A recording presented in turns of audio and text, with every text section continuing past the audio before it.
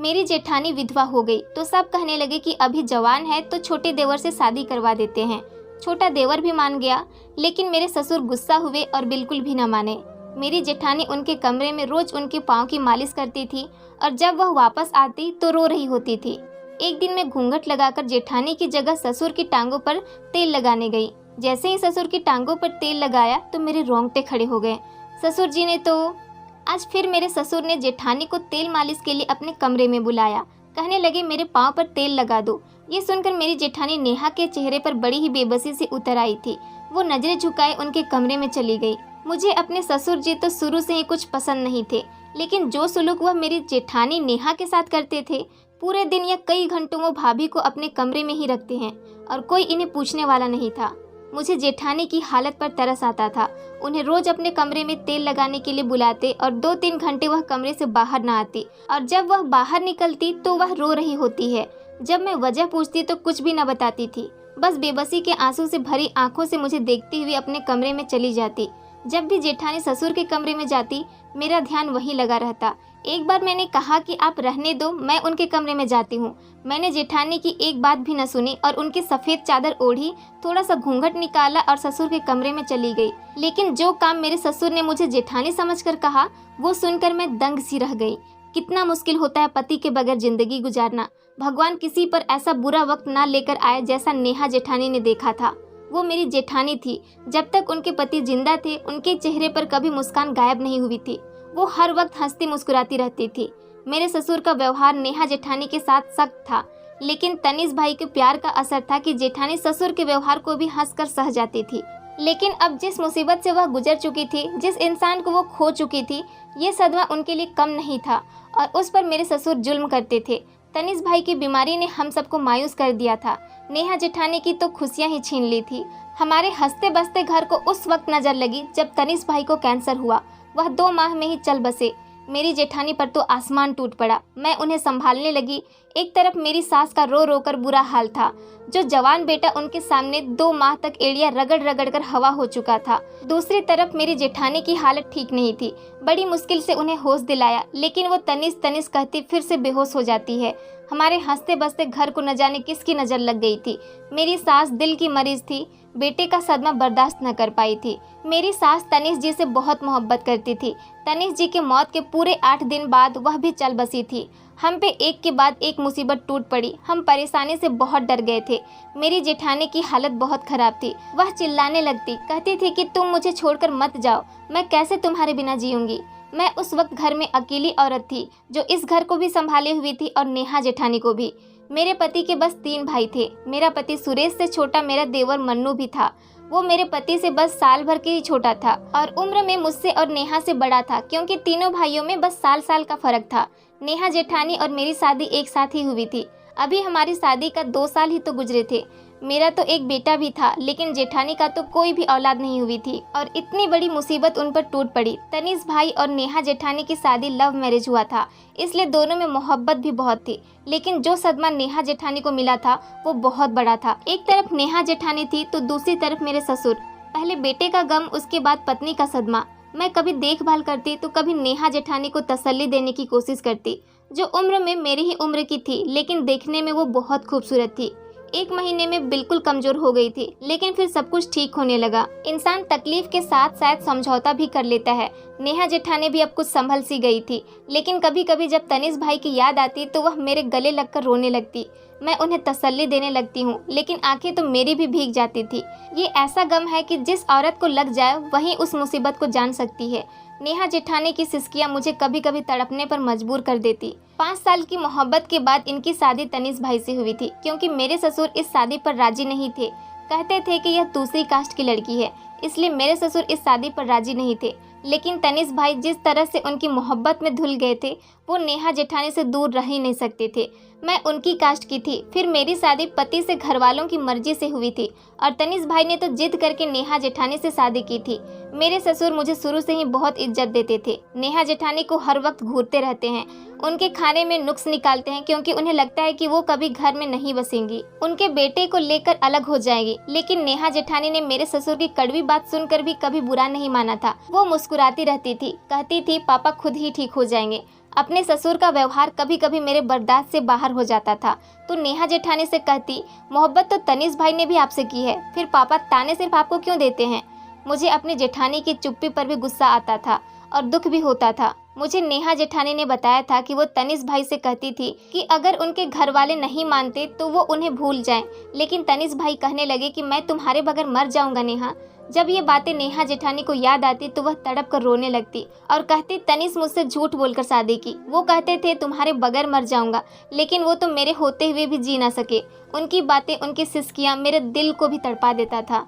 मैं उन्हें बहुत समझाती थी कि भगवान की मर्जी के सामने हम सब बेबस और मजबूर हैं। कुछ दिन में नेहा जेठानी ने खुद को बहुत संभाला भी था। मेरे ससुर जेठानी से ही नहीं बल्कि उनके मायके से भी जलते थे। शादी के बाद भी उन्होंने तनिष्क भाई से साफ मना कर दिया था कि तुम्हारे ससुराल वालों को मेरे घर में आने की इजाज़त नहीं है। इसलिए तनिष्क भाई ही जेठानी को उनके मायके मिलवाने ले जाते थे, अपने घर उनके घर वालों को नहीं बुलाते थे। मुझे न जाने क्यों अपने ससुर की बातें अच्छी नहीं लगती थी। तनिष्क भाई के मौत पर भी नेहा जेठानी के घर वाले आए थे और मेरी सास की मौत पर। उसके बाद आज जेठानी को ले जाने आए थे। मेरी जेठानी अब भी जवान और खूबसूरत थी और अभी बच्चे भी नहीं थे। लेकिन जब यह बात मेरे ससुर को पता चला तो हमारे घर में एक तूफान खड़ा हो गया। वो नेहा जेठानी के मम्मी पापा से कहने लगे कि ले जाओ अपनी बेटी को, ये मनहूस है, मेरे बेटे को खा गई। इसने मेरे बेटे को मोहब्बत के नाम पर मार डाला है। उसे 5 साल तक फंसा कर रखा, उसके बाद उससे शादी की। इसकी मोहब्बत में वो मर गया और ये अब फिर से शादी करके अपना घर बसा लेगी।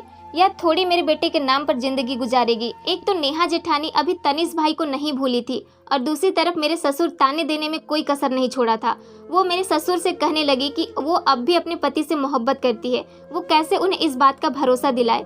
मेरे ससुर ने तो उन्हें बहुत बड़ी सजा सुना दी।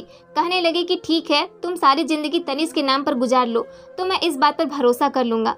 मेरे ससुर की ऐसी सोच पर हम सबको बहुत अफसोस हुआ। लेकिन नेहा जेठानी के मम्मी पापा कहने लगे कि तुम अपना सामान बांध लो, अब तुम्हारा यहाँ कोई रिश्ता नहीं है कि तुम यहाँ रहोगी। लेकिन नेहा जेठानी ने अपने घर वालों को साफ मना कर दिया।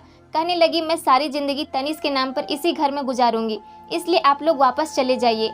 यह सुनकर सभी को नेहा जेठानी के इस फैसले पर बहुत अफसोस हुआ, लेकिन मेरे ससुर बहुत खुश थे। नेहा जेठानी के मम्मी पापा मायूस होकर वापस लौट गए। मुझे यह सब देखकर बहुत दुख हुआ था।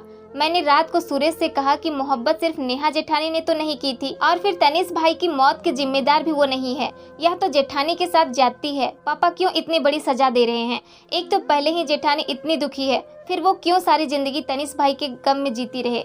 सुरेश कहने लगे, पापा अभी गुस्से में है, कुछ दिन रुक जाओ, जब पापा का मूड ठीक हो जाएगा तो मैं बात करूंगा, उन्हें समझाऊंगा कि यह सब गलत है। लेकिन ये सब सुरेश का गलत फहमी था। उनके पापा तो कुछ और ही सोच रखे थे। जो कुछ उनके पापा ने जेठानी के साथ किया था वो बहुत गलत था। नेहा जेठानी एक सफेद चादर ओढ़ी रखती थी और मेरे साथ किचन में हाथ बटाने लगी। मैं उन्हें मना करती रह जाती लेकिन वह बाज नहीं आती थी। कहने लगती, मेरा भी दिल बहला रहेगा, मेरे बेटे को भी अपने पास बहुत ज्यादा रखती है। मैंने सोचा चलो कुछ तो ठीक है, वरना हर वक्त तनिष्क भाई के लिए रोती रहती थी। एक दिन मेरे ससुर ने हद ही कर दी। हम सब नाश्ता कर रहे थे, तब मेरे ससुर गुस्से से कमरे से बाहर आए और नेहा जेठानी से कहने लगे, तुम्हें बस अपने खाने पीने का परवाह है, ये नहीं मालूम है कि मैंने अभी तक नाश्ता नहीं किया। जाओ जाकर मेरे लिए नाश्ता बनाकर मेरे कमरे में लेकर आओ। यह सुनकर तो हम सबको उनकी बातों पर गुस्सा आया। सामने कुर्सी में बैठे मेरे देवर का चेहरा भी बाप की बात सुनकर रेड हो गया, लेकिन वो बड़े थे इसलिए हम उनके आगे कुछ नहीं बोल सकते थे। इससे पहले नेहा भाभी उठती, मैं कुर्सी से उठ खड़ी हुई। मैंने कहा, भाभी आप नाश्ता कीजिए, पापा को नाश्ता मैं बना देती हूँ। लेकिन उन्होंने साफ इनकार कर दिया। कहने लगे, आज के बाद मेरा हर काम जेठानी ही करेगी। वो शायद भाभी को सजा देना चाहते थे। अजीब इंसान थे। वो औरत पहले ही गमों में चूर थी, हमदर्दी प्यार की हकदार थी और बजाय इसके कि अपनी सुंदर बेटी समझकर उनके सर पर प्यार से भरा हाथ रखते, वो उनको सजा देने का सोच रहे थे। नेहा जेठानी अपना नाश्ता छोड़कर किचन में चली गई। ससुर का नाश्ता बनाकर उनके कमरे में गई, लेकिन वापस पूरे 2 घंटे के बाद आई। जब वो बाहर निकली तब वो रो रही थी। मैंने वजह पूछी तो कुछ न बोली और अपने कमरे में चली गई। मुझे लगा ससुर ने जरूर इस बेचारी का जीना दूभर किया होगा, लेकिन जो कुछ मेरे ससुर उस बेचारी के साथ कर रहे थे वो तो हम में से कोई भी सोच नहीं सकता था। रात के बर्तन धोने की जिम्मेदारी नेहा भाभी की थी। नाश्ते और दोपहर के बर्तन मैं धुलती थी। एक बार जब मैं अपने बेटे के लिए पानी गर्म करने किचन में आई, यह देखकर मुझे अपनी आंखों पर यकीन करना मुश्किल हो गया। मेरा छोटा देवर मन्नू नेहा जेठानी का हाथ जबरदस्ती पकड़े हुए था और जेठानी उससे अपना हाथ छुड़वा रही थी। उन दोनों की पीठ मेरी तरफ थी। मन्नू मेरा हाथ छोड़ो, ये क्या बदतमीजी है। मैंने यह बात सुनी तो गुस्से से किचन में दाखिला हो गई। उस बेचारी का पति क्या चला गया, जैसे सबको छुट्टी मिल गई थी। ससुर दिन भर जेठानी पर चिल्लाते रहते थे और अब मेरा देवर उनके साथ ऐसा व्यवहार कर रहा था। लेकिन जैसे ही मैंने जेठानी का हाथ देखा, मेरा गुस्सा ज्यादा हो गया। जेठानी के हाथ से खून बह रहा था और सामने एक कांच का ग्लास टूटा पड़ा था और मन्नू उन्हें यही कह रहा था कि इतना गहरा कटा है, हम उन्हें पट्टी बांध देंगे, लेकिन जेठानी उसे मना कर रही थी। मुझे देखकर जेठानी कुछ घबरा सी गई, लेकिन मन्नू नॉर्मल अंदाज से खड़ा था और मुझसे कहने लगा, देखिए ना भाभी, इन्हें बस कामों की फिक्र है, अपनी नहीं। हाथ से खून बह रहा है, इतना गहरा कट चुका है और यह है कि अभी भी बर्तन धोने की फिक्र में है। मन्नू तो फिक्रमंदी से बात कर रहा था। मन्नू मुझसे और नेहा जेठानी दोनों से बड़ा था, लेकिन रिश्ते का एहतराम उस लड़के में ठीक था। मैंने कभी उसे किसी किस्म की गलत हरकतें करते नहीं देखा था। मैंने भी नेहा जेठानी से कहा, आप क्यों अपने साथ जुल्म कर रही हैं, अपना ख्याल क्यों नहीं रखती। पट्टी मैंने उनके हाथ में बांध दिया, लेकिन फिर भी मैंने देखा कि मन्नू उनका बहुत ख्याल रखने लगा है, लेकिन वो उससे कतराती थी। जहाँ वो होता है वो वहाँ से चली जाती है। मन्नू की नज़रें मुझे कुछ ठीक नहीं लग रही थी। पहले वो हर वक्त नज़र झुकाए रखता था, लेकिन अब वो जेठानी को देखता रहता है। कभी मुझे लगता कि जेठानी को सच में अपने मम्मी पापा के साथ चले जाना चाहिए और कभी मुझे लगता कि शायद मैं ही मन्नू के बारे में गलत सोच रही हूँ। लेकिन एक दिन जो कुछ मेरी आंखों ने देखा मुझे शक में डाल दिया। एक दिन मैं सुबह जल्दी उठ गई। नेहा जेठानी आंगन में लगे पौधे में पानी दे रही थी। उन्हें बागवानी का बहुत शौक था। जब तनीष भाई जिंदा थे तो वो हर किस्म के फूल के पौधे उन्हें लाकर देते थे और हमारा पूरा आंगन जेठानी के रंग बिरंगे पौधे से सजा हुआ था। मैं भी जेठानी के साथ मिलकर नाश्ता करती हूँ और खूब सारे बातें भी, वरना तो पूरे दिन मेरे ससुर उनकी जान नहीं छोड़ता था। कई घंटे उन्हें अपने पास बिठा कर रखता था। मैं जैसे ही बाहर आई, सामने आंगन का नज़ारा देखा, मेरा दिल को बहुत जोर का झटका लगा। नेहा जेठानी ने मन्नू के मुंह पर बहुत जोर का थप्पड़ मारा था। फिर से कहने लगी कि तुम्हें शर्म नहीं आती मुझे यह सब कहते हुए। मैं तुम्हारे भाई की पत्नी हूँ, अभी के अभी चले जाओ मेरी नज़रों के सामने से। जेठानी बहुत गुस्से में थी। मन्नू नजरें झुकाए अभी भी उनके सामने खड़ा था। मैं कुछ पीछे हटकर छुप गई क्योंकि दोनों की नज़रें मुझ पर नहीं गई थी। मैंने सोचा मेरा शक ठीक ही था। मन्नू की नज़र जेठानी पर अच्छी नहीं थी, लेकिन जब मैंने मन्नू की बात सुनी तो वह मुझे बहुत ज़्यादा अच्छा लगा। कहने लगा, मैंने आपसे कोई बदतमीजी नहीं की है नेहा। मन्नू उन्हें पहले सिर्फ भाभी ही कहता था, कभी उसने यूं नाम से नहीं पुकारा था। उसके मुंह से अपना नाम सुनकर जेठानी गुस्सा सी गई थी, इसलिए गुस्सा होकर बोली, शट अप मन्नू, भाभी कहो मुझे, खबरदार जो मुझे मेरे नाम से पुकारा तो। नेहा जेठानी की आंखें गुस्से से रेड हो गई थी। भाभी, आप मेरी तब थी जब तनीष भाई जिंदा थे। मैंने आपको हमेशा इज्जत की निगाह से देखा है और आज भी सिर्फ इज्जत की ही नज़र से देखता हूँ।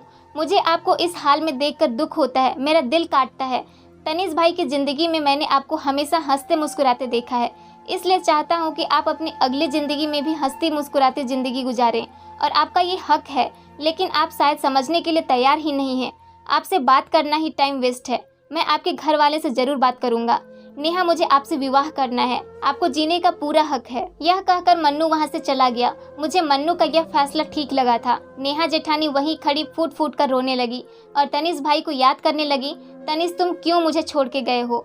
तुम थे तो सभी मुझे इज्जत से देखते थे, तुम नहीं हो तो सबकी नज़रें बदलने लगी है। तुमने तो पूरा उम्र साथ निभाने के वादे किए थे ना, मुझसे फिर क्यों अकेले चले गए? मुझे भी अपने साथ ले जाते। वो रोते हुए कह रही थी और मैं उनके पास आ गई। मैंने कहा, जेठानी क्या बात है, क्यों रो रही हो? मैं हर बात जानती थी लेकिन अनजान बन रही थी। मुझे देखकर वो अपने आंसू पोंछने लगी और कहने लगी, कुछ नहीं, बस अपनी बुरी किस्मत पर रो रही हूँ। ये कहकर वो अंदर चली गई। जब मैंने यह बात पति को बताया तो वो बहुत खुश हो गए। कहने लगे, मन्नू का यह फैसला बहुत अच्छा है और मेरे ख्याल से पापा को भी इस पर ऐतराज नहीं होगा। मैंने भी नेहा जेठानी को मन्नू के लिए राजी कर लिया था, जबकि वह मान नहीं रही थी। कहती थी कि तनीष की जगह किसी को नहीं दे सकती। पापा तो पहले ही मुझे बुरा भला समझते हैं, लेकिन मैंने कहा आप सब कुछ हम पर छोड़ दे, बस आपको मना नहीं करना। मेरी बात पर वो कहने लगी, मुझे समझ नहीं आ रहा है मैं क्या करूं और क्या नहीं। ठीक है, तो तुम मेरी बहन जैसी हो, जो तुम्हें ठीक लगे वो करो। जब यह बात मन्नू को बताई तो वो मन्नू बहुत खुश हो गया। कहने लगा, शुक्रिया भाभी, किसी ने तो उन्हें अच्छी बात समझाई, वरना वो तो खुद को बर्बाद करने की सोच ही चुकी थी। उसके बाद मन्नू बोला, बस पापा किसी तरह राजी हो जाए, लेकिन हम नहीं जानते थे कि अब ऐसी बात कह देंगे कि हमारे होश उड़ जाएंगे। नेहा जेठानी से शादी के लिए मन्नू ने खुद ही मेरे ससुर से बात की, लेकिन यह सुनते ही वो झट से खड़े हो गए। कहने लगे, बकवास बंद करो, अपनी विधवा भाभी से शादी करना कौन सी अक्लमंदी है? मुझे तो पहले ही इस घटिया लड़की पर शक था कि उसे मर्दों को फंसाने की आदत है। पहले तनीष को अपने जाल में फंसाया और अब उसके मरने के बाद अपने जज्बात संभाल नहीं पाई तो मन्नू को अपने खूबसूरती के जाल फेंकना शुरू कर दिया। पापा की सोच और बात पर मुझे दुख और अफसोस हुआ। नेहा जेठानी भी यही कह रही थी कि मुझे किसी से शादी नहीं करनी, वरना मेरे चरित्र को गलत समझा जाएगा। लेकिन मैं बोली थी कि आप बस एक बार हाँ कर दे, पापा को हम मना लेंगे। लेकिन मुझे बहुत दुख हुआ। पापा की छोटी सोच पर मैं और मेरे पति तो कुछ नहीं बोले, लेकिन मन्नू गुस्सा हो गया। कहने लगा, अब आपको शर्म नहीं आती ऐसी बातें सोचते हुए और कहते हुए? भाभी से शादी करना मेरी ख्वाहिश है, मैं चाहता हूँ, मुझे किसी ने भी इस बात पर मजबूर नहीं किया। और रहा बात उनके किरदार की बात, तो वो पहले भी अच्छा था और अब भी अच्छा है। लेकिन पापा ने मन्नू के मुंह पर एक थप्पड़ मारा और कहा, निकलो मेरे घर से, तुम पर उस कमीनी लड़की का जादू चल गया है। मैं तुम्हें दूसरे शहर भेज दूंगा। वो लड़की मनहूस है, पहले मेरे एक बेटे को खा गई, अब दूसरे को भी खाना चाहती है। मैं ऐसा कभी नहीं होने दूंगा। मेरे ससुर पर तो न जाने कौन सा जुनून सवार हो गया था। वो धक्के देकर मन्नू को घर से निकालने लगे। तभी सुरेश बीच में आए तो उससे भी धक्के देने लगे। कहने लगे, कभी मैं ऐसा नहीं होने दूंगा। हमारे घर तो तमाशा लग रहा था। नेहा जेठानी कमरे में बैठे सब कुछ देख और सुन रही थी। वो बाहर निकल आई। कहने लगी, मुझे किसी से शादी नहीं करनी, भगवान के लिए सारा तमाशा बंद कर दो। मेरे ससुर शायद यही सुनना चाहते थे, इसलिए वही झगड़ा खत्म कर दिया गया। अब मन्नू बहुत उदास रहने लगा, चुप चुप सा हो गया। अब तो मेरे ससुर के जुल्म और बढ़ गए, अजीब अजीब सी बातें करने लगे। कभी कहते हैं, नेहा तुम मेरे कमरे में ही पूरा दिन रहा करो। कभी कहते हैं, मेरे सर पर तेल लगाओ, मेरे पाँव पर तेल की मालिश करो। घर का कारोबार और हर चीज मेरे ससुर के हाथ में ही थी, इसलिए कोई भी उनके खिलाफ ज्यादा नहीं बोल सकता था। मन्नू नौकरी करता था, लेकिन नेहा भाभी ने उनके सामने हाथ जोड़कर कहा कि भगवान के लिए मुझसे सांस लेने का हक न छीनो और किसी और से शादी कर लो।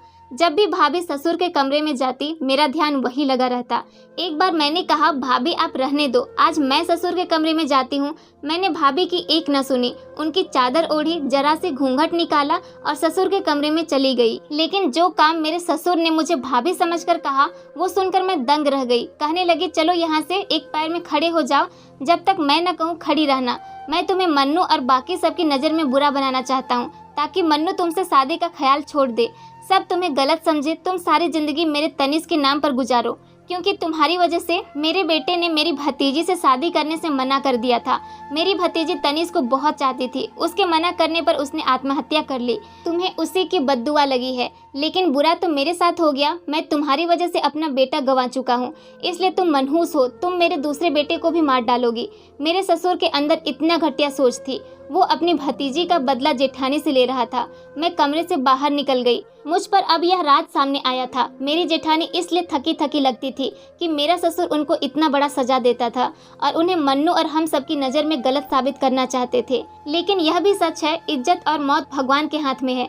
मैंने जब सारी बात दोनों भाइयों को बता दी तो मन्नू ने अपने लिए एक अलग प्लॉट किराए पर लिया और नेहा भाभी से विवाह करके उन्हें वहाँ ले गया। शुरू में तो मेरे ससुर ने बहुत शोर मचाया, लेकिन फिर जब सब कुछ उनके हिम्मत से बाहर था तो धीरे धीरे ठीक हो गए।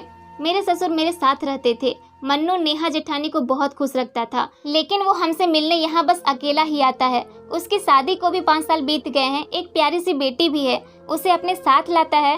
वो अपने दादा को मनाने की कोशिश करती है और अपनी तोतली जबान में कहती है कि दादा कोई भी मनुष्य नहीं होता, जिंदगी और मौत तो भगवान के हाथ में है। मेरे ससुर अब बहुत बदल चुके हैं। पोती को सीने से लगाकर कहते हैं, जो बात मुझे आज तक कोई नहीं समझा सका वह मेरी पोती ने समझा दी। धन्यवाद दोस्तों।